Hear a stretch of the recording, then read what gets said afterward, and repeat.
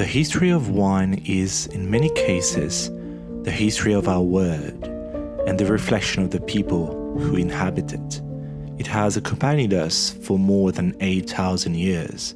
Since its humble beginnings in the Georgian Caucasus, it has survived the ravages of time and seduced many civilizations, adapting, evolving, renewing itself in different lands and climates.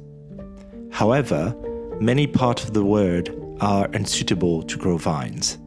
Some places are simply too cold or too hot to grow grapes successfully. Vines require a specific amount of water, nutrients, sunlight, and warmth to flourish and yield desirable grape quality. If conditions are too cold, grapes won't ripen. If they are too warm, they can over-ripen and result in wines with unpleasant flavors and little freshness. Optimal conditions to do wine are usually found between 30 and 50 degrees latitude on both sides of the equator. However, with climate change, we are observing a global shift in the areas that are deemed suitable to grow vines all over the world, with some traditional wine regions going under stress, while some places that were thought too inhospitable for vines in the past are now developing their own vineyards. So we are seeing a significant polar shift in terms of potential. We're seeing vineyards moving further north already. We're seeing a significant increase of vineyards or viticulture in the UK. We're seeing an increase in Belgium. We're seeing an increase in Poland. We're seeing an increase in Denmark. We're seeing an increase in Sweden and even into Norway. There is increasing potential for them to grow and ripen grapes to make their own wines with, which were not there 20, 30, 40 years ago. Out of all the new vineyards that are emerging in the Northern Hemisphere due to this global climate shift, there is one which is particularly interesting, as it has come a long way in terms of development and maturation, going in a few decades from being a backward cottage industry to competing on equal footing with prestigious champagne houses in international contests. This lucky child of climate change is the United Kingdom.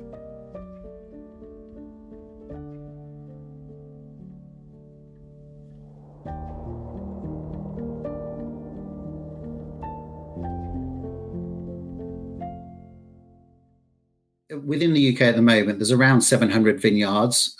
It's fair to say a large proportion of those are relatively small, but there's some much larger vineyards of sort of 50, 100 hectares plus that have been planted within the last 15 years or so.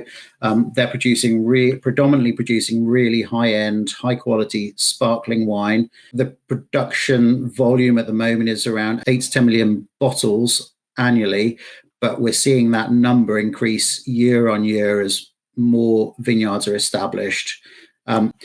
The reputation is high, particularly around English sparkling wine, but we are also starting to see more producers looking at still wines, whites, rosés, and in some really good years like 2018, we're seeing some really impressive still red Pinot Noir being produced in certain parts of the UK. If winemaking in the UK seems like a modern thing, this opinion is actually widely contradicted by historians and archaeologists' findings. Climate has changed a lot in the past 2,000 years, and the UK at times used to be a great place to grow vines and had a strong winemaking tradition. So there's no evidence of Iron Age cultivation of the wine here. And I discovered that in fact the Iron Age Celts of this country were importing wine and drinking it in vast quantities before the Roman invasion. Tacitus, the Roman historian, described how the English Celts were real barbarians when it came to drinking. They didn't water their wine as the Romans did, and they used to do what we now call binge drinking. So nothing has changed very much culturally there. And it's not until we get into the Roman period where we have really good authenticated vineyards. And as I say, not just isolated examples, just a few rows of vines at the end of a retired centurion's villa. There is very good evidence of about half a dozen vineyards across the country There's one recently excavated quite close to where we are now, Denbies. In the Midlands, in the river valley of the Nene, they've excavated many hectares of Roman vineyards and worked out that there were tens of thousands of litres of wine being produced. And this was agribusiness. This was for industrial quantities of winemaking, probably for the legionnaires in York and Hadrian's Wall. Then, in the Dark Ages, viticulture collapsed almost completely in this country, but didn't commence again until the Norman conquest.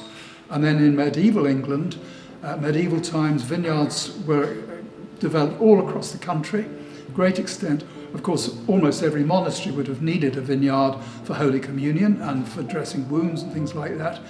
And would you believe at one time we were producing so much wine that you remember every now and again we'd had misunderstandings with the French, and sometimes the peace treaty would specify, and no English wine is to be imported into France.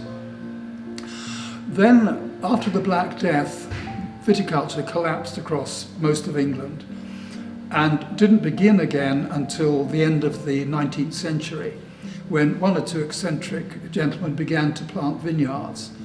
This really began to take off in the 1960s, 1970s, with some quite well-established vineyards, and has now accelerated very dramatically over the last 20 or 30 years, with very extensive areas being planted, mainly across southern England.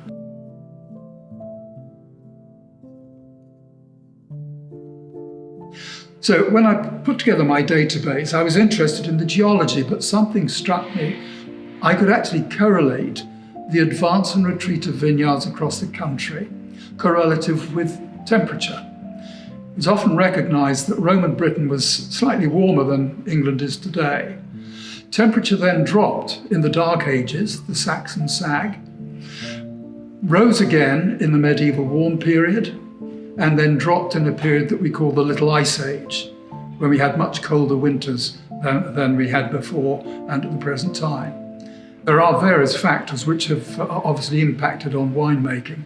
So the end of the medieval winemaking boom, there were several factors which included the Black Death, when, don't quote me on numbers, but there was a total collapse in agriculture, a loss of labour, and civil war almost at the same time, the Wars of the Roses.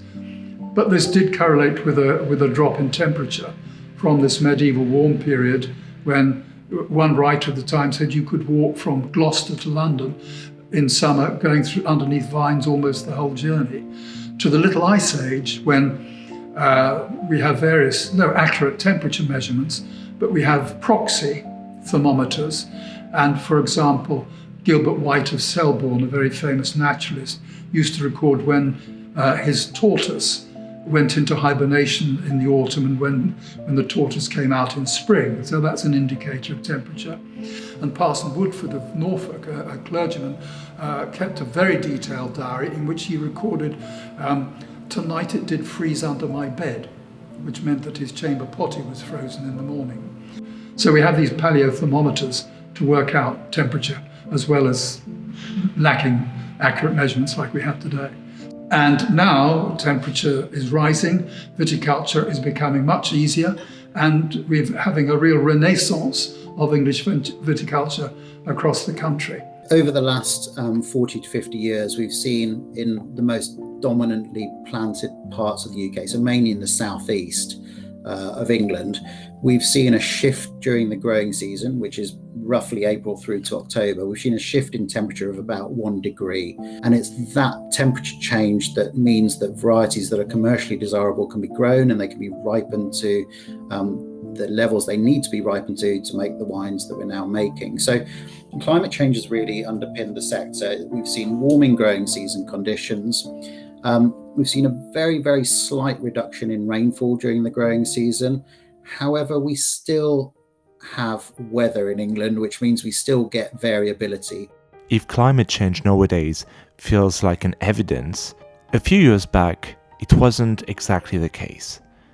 And many people even doubted it. I started to publish my results of my research on global warming, and the academics didn't believe that there was any impact of climate change on viticulture over 2,000 years. Certainly the vineyard growers derided this idea, but that was 20 years ago. And a while later, I was giving a seminar here at Denbies to about 20 English vineyard owners. And at the end, we had a chat, a general discussion, and I said, so how many of you are noticing that the bud burst is earlier than it used to be? Almost everybody's hand went up. And the vendage, the harvest, how much earlier is that? And again, yes. I've been here 30 years on site, and religiously we used to harvest at the beginning of October, and we used to finish at the end of October. Sometimes it would creep into the first week of November. Last year we started harvest. We had a break after the first pick. We picked at the end of August, which is crazy, really. Would have been unheard of 10 years ago. That would have been absolutely, we were crazy thinking we'd be doing that. So things have changed. The ability to grow varieties here that would have historically been a real challenge is now possible. And some of the varieties we grow here now, which were marginal, or the Pinot Noir, for example, which we only used to use for sparkling wines, can now be used for producing a red wine or a rosé. So the flexibility of what we can now do with those grapes has changed because of climate change. But all in all, we are noticing that we have improved yields, and the quality of what we produce year on year seems to be going up and improving as we go on. Even if the climate is warming up, it doesn't mean that the UK is yet to the point that it can be considered similar to other normal wine regions. It is still a marginal climate to grow vines. As such, vine growers really have to be careful regarding where they actually establish their vineyards, and they need to take advantage of all the microclimates that exist in the UK to protect as much as possible their harvest. There's a little bit of a mixed message in the sense that climate change is very positive. That enables the commercial potential to be realised. It enables the wine quality to be realised. But people should be aware that we're still in a relatively marginal climate for viticulture. We're not Bordeaux, we're not California, and we do have vintage variability. We still have rainfall at unsuitable or unfavourable times of the year, such as happened in 2012. And we have years a bit like this past year where we've seen generally cooler and damper conditions, which have exacerbated problems related to mildew. We still have challenges around early season frost events. A lot of places around the world are affected by frosts, and it's a big problem for us. It's one thing which is has caused us a lot of issues over the years. So we have employed various methods of frost protection. We used to use big burners out in the vineyard, but again, it's very expensive. Again, with oil prices, diesel prices going up, it used to cost us roughly about £7,000 a night, and it used to take us a long time to get round there. And quite often, if you have 3 or 4 nights in a row of frost, it could mitigate the money you spend on it. You would have made that by not protecting yourself in the first place and just taking the hit on losing the grapes. So we don't employ that method. We don't think it's very environmentally friendly either, burning lots of oil out every night. Global warming has had a very positive impact on winemaking in the UK so far. However, if the UK wine industry is emerging as a new exciting player in the global wine landscape, it is still in many ways a work in progress. Local vineyards have come a long way to produce high-quality sparkling wine, but are still facing quite a few challenges, both climate-wise and market-wise. To understand better the situation, as well as the efforts needed to develop a new national vineyard and put it on a map, we decided to go to a city called Dorking, south of London, to visit the largest single estate vineyard in the UK, called Denbies Wine Estate. Denbies was among the first large vineyards to be developed in the UK almost 40 years ago. Its history is entangled with the renewal of the UK wine industry and is a great case study for climate change. In 1984, my father bought the Denbies estate, and at the time it was a pig and cattle farm, It was losing a lot of money. We joined the common market, and therefore it became very competitive. So my father started to look for another use for the estate. It was at this time that a friend of my father's, Professor Sally, pointed out to my father the potential that was here in the soil and that it would be ideal as a vineyard. Now, my interest in Denbies began when my house that I lived in at that time, from my study window, I could look out across what is now Denbies Vineyard. And I used to think after all my travels, what a fantastic place for a vineyard. Now, I knew Adrian White, Sir Adrian as he is now socially, and just for a joke, I wrote up a report for him, like I might write a consultant report for an oil company, saying, look, you've got this fantastic old pig farm, sunny south-facing slope, the same rock that champagne is grown on, global warming, why not have a vineyard? And the report mentioned the earlier vineyards of England and the rocks and so on. And a little while later, several months, he said, Richard, great idea, I'm going to have a vineyard. So my father looked at the land. He looked at the English wine industry, which was pretty much non-existent.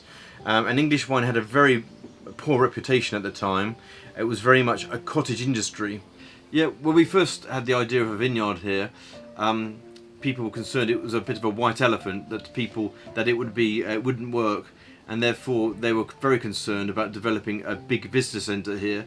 Their concern was that if people didn't come, what was this big building, huge building in a very highly sensitive area of the country, what was it going to be turned into?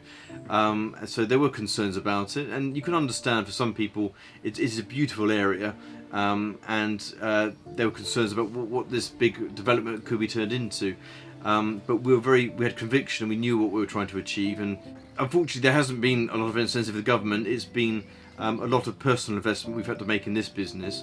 There are a couple of joint European schemes that we had help with over the last 5 or 6 years. One was further assistance with our growth into wine tourism, and some with the wine equipment. So we did have a couple of grants for that. But apart from that, we are on a level playing field with everybody else. I mean, again, I think a lot of those grants were European-wide. Some other industries like microbreweries, they do have a lower duty threshold to support smaller local beer producers, whereas with the English wine industry we've never had any preferential treatment in terms of wine of duties and anybody else. So. The initial vineyard project at Denbies was lacking support from the local community and was perceived by many as an eccentricity. This experience was shared by many of the first professional vineyards as they were trying to create a brand new industry. In addition to the lack of public support, these early vineyards had to go through a painful process of trial and errors to understand their terroirs, the grape varieties that would fit their climate and soils, and come up with their own winemaking tradition. We had a lot of challenges in the early days. We decided to plant many different varieties because we weren't sure how good some varieties would grow here, not just on site, but here in the UK. So we did a lot of spread betting because we didn't want to wait for 3 years and thought, oh, that was absolutely rubbish, and we had to put up the whole vineyard and start again. So we produced a lot of different varieties, and then over time we have changed the varieties that we grow here on site. When Denbies was first planted, they took advice from the German Wine Institute at Trier, who quite properly recommended cool climate Germanic grape varieties. The varieties that many people would be familiar with, Niersteiner, Schönberger, Riesling, that sort of thing. Over the years, most of those Germanic cool climate varieties have been grubbed up and replaced with warmer climate French varieties, and in particular with what we often call the Holy Trinity that's used for making champagne: Pinot Noir, Pinot Meunier and Chardonnay. And this is being replicated across many Englands in southern England. Older vineyards are grubbing up their cool climate Germanic grape varieties and are being replanted with warmer climate varieties. Climate change has really made possible the development of vineyards in the UK. However, just having an appropriate climate doesn't make a wine industry. This requires a lot of investment, knowledge, experiments, and in the end, just very passionate people who are committed to do the best products possible with what they have. Currently, English wine is on the rise, but it came a very long way. If now some sparkling wine in the UK can compete with champagnes, this is quite a recent development, and it is the result of decades of hard work, of pioneers like the White family, which really had a vision of what the future of the UK could be. Well, English wines have changed dramatically over the years. When we first started, the rest of the industry wasn't really an industry, it was a cottage industry, and the quality was known to be poor. They had a very small acreage per vineyard, only had, I think the average acre was a half an acre to an acre. The quality was up and down every year based on the weather conditions. There was no ability to blend different varieties together. It was purely based on what we produced in that vineyard in that year using very primitive equipment. But also there was very little access to the state-of-the-art equipment because the vineyards just weren't big enough to justify that sort of investment. Also with a winemaker, they want to be inspired producing top quality wines, but if you have nothing to play with, poor equipment and very low yielding varieties or not very exciting varieties, you can't attract the best winemakers from around because it's not in their interest to do that. So we looked, and English wine was also very expensive because we produced very small amounts of it. That's changed dramatically over the years. There's been a huge amount of investment. The economies of scale have gone up. We've brought in some very high profile winemakers from around the world because of the scale of what we're now producing, and we're buying in state-of-the-art equipment to ensure that we are producing the best possible wine that we can produce here in the UK. We can't afford not to. As the UK wine industry is relatively recent, it doesn't have a legacy of techniques, local grape varieties or wine tradition comparable to other wine regions in Europe. If some may see that as a weakness, it may prove itself to be an asset in the long run. Free of any tradition, the UK vineyards are freer to innovate and pick from the old world and the new world what works best for them. This leaves the door wider open for new products and unseen before wines. In addition to that, as the climate is warming up, having flexibility regarding what grape variety to plant in order to adapt to a higher temperature is definitely an advantage that is not shared by the older vineyards of Europe that are limited by their appellations. We were starting off, we didn't have traditional ways of doing things in here in the UK for producing wines, but we did want to look at traditional methods, and we want to look at new world methods. Traditional methods, we use oak barrels, for example, very traditional methods. We also use stainless steel tanks as well. We also have we're experimenting with concrete as well, concrete eggs, for example. So we took a broad approach of our wine growing the vines and also our wine producing methods. But I think the most important thing for us is to produce a high quality wine, and it doesn't necessarily mean just because we've always done it one way, we have to do it that way, because we might also be missing out on something very exciting that we might be able to grow here that we just haven't thought of before.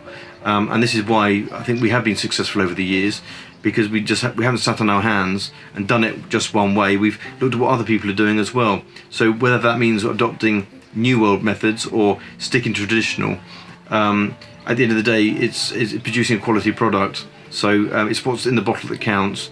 But again, we're always looking at introducing new wines. Some of it is consumer-led, and some of it is because the climate is changing. If we hadn't done that, we wouldn't be producing the amount of rosé we produce. Some supermarkets we supply have just asked for our English rosé. Again, when we first started here, it was not really conceivable that we were producing a rosé, and when we did start producing it, it was a very limited amounts. But I think that's equally as important, because even we've had a lot of success with here in the past. It may get too hot for producing some of those aromatic, fruity wines that we're known for producing. We might have to start looking at other varieties and changing our styles of wines to keep up with what's happening with the climate. The volume of wine produced in the UK really skyrocketed in the last 2 decades. Early 2000, only around 15,000 hectolitres were produced in the UK. Right now, we are close to 100,000 hectolitres. This growth in volume is also visible in terms of the number of hectares which are dedicated to wine making. The hectarage under vine has grown by 160% over the last 10 years and tripled since 2000. There are currently some 3,000 hectares of vines in the UK, with a further 2 million vines expected to be planted this year alone. But not just this, the actual branding around English wine has changed tremendously. Part of it is due to ditching the label British wine, which for decades has been associated with low-quality wine made from grape juice, imported to the UK but not actually produced in the UK. And the other reason is due to the adoption of several quality standards, as well as winning a lot of different prizes in international competitions. Yeah, English wines not only had a pretty poor reputation domestically when we first started, but internationally, I don't think it was necessarily a poor reputation. I don't think people think that you could grow wines or produce wines here in the UK. The English wine, as it became more serious, we had to start adopting some European wine standards, which was very good for the English wine industry, because it meant that you couldn't just sell anything to anybody of any quality. It had to be quality approved first. So in terms of chaptalization, how much you chaptalized the wine during harvest, how ripe the fruit was. And what was very important for us is to enter international awards, which meant that there were blind tastings. No one knew what was necessarily in the bottle, or where it came from, and therefore we were matched against our peers from around the world. And that was important to us. It was made sure that, you know, if you won an English award, well, you would win that, because but who you competing against? Only other local producers. So we did enter a lot of international awards, and now year on year English wines are winning top awards in those tastings, whether it be for sparkling or for still wines. One of our rosés, for example, was voted the best in the world in 2012 for our 2011 rosé. And again, it created quite a storm at the time, but it does show that if you're producing something you can honestly grow well here, there's no reason why you can't win those international awards for it. Now we're seeing the final piece of this industry starting to appear, which is a market for this UK wine. And at this, the UK is actually very fortunate, because it is one of the countries in Europe where the number of bottle of wine per person is the highest. So there is a very strong domestic market, which allows the country to not rely overly on overseas markets, where competition with local winemakers, like in France, can be quite fierce. Historically, we don't export a lot of English wine, partially because the domestic market is so strong at the moment. The demand for our wines is really very, very high. We couldn't sell it to supermarkets in the early days, partially because English wines couldn't produce enough of it. And again, the quality and the price was variant on how good the harvest was that year. But now we have consistency, we have the quality supermarkets are coming to us to buy the wine now, and every supermarket now in the UK has English wine on their shelf, which was unheard of years ago. We have been looking positively at a lot of international sales and exports, and we do export some of our wines, but on a very limited niche basis. We sell our wines a little bit in China, a little bit in Japan, and we have done some in America as well. But the domestic demand is strong and growing so much at the moment.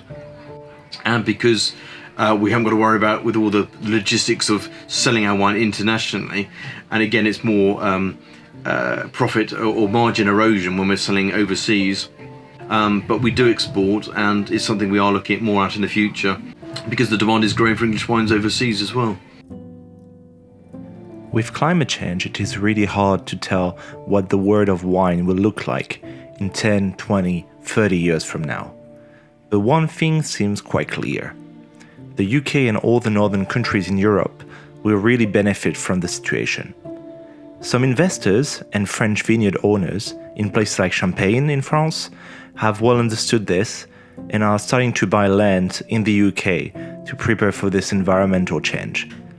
Experts now are also trying to do forecasts on what this future climate will look like and how it will impact vineyards in the UK and all around the world. For the models and the scenarios we've looked at, across nearly all of them, we see an increase in temperature over the next 20 years during the growing season. We see years such as 2018, highest yielding year in the UK, becoming more commonplace. In some areas, we do see a slight reduction in rainfall. So generally speaking, that is seen from a viticulture perspective as positive.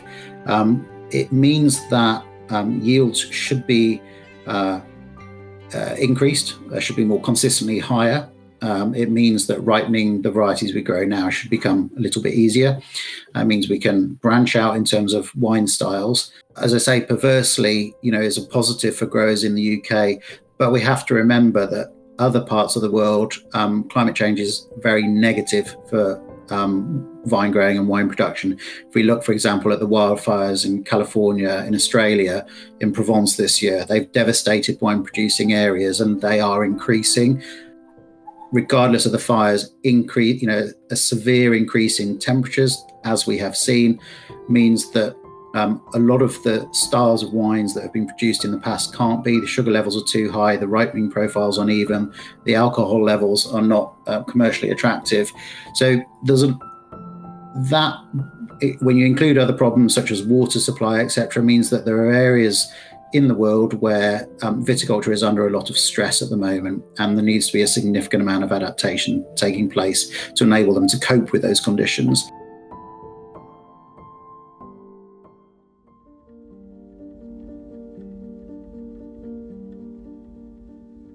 As grapes are very temperature-sensitive plants, the winemaking landscape is guaranteed to be impacted in decades to come by climate change. Real alchemy between the wild nature and human culture. Wine is a poem that talks about the passing seasons, the genius of men and women, and the personality of the very earth. Wine is an expression of the time we live in, and a witness of changes our environment is going through. It seems very likely that the wine center of the world will move further north, and that the picture that will be drawn of the wine landscape by then will look completely different from what people have been used to for centuries. To paraphrase one of Professor Silly's jokes, the future of English wine may well be Scottish rosé.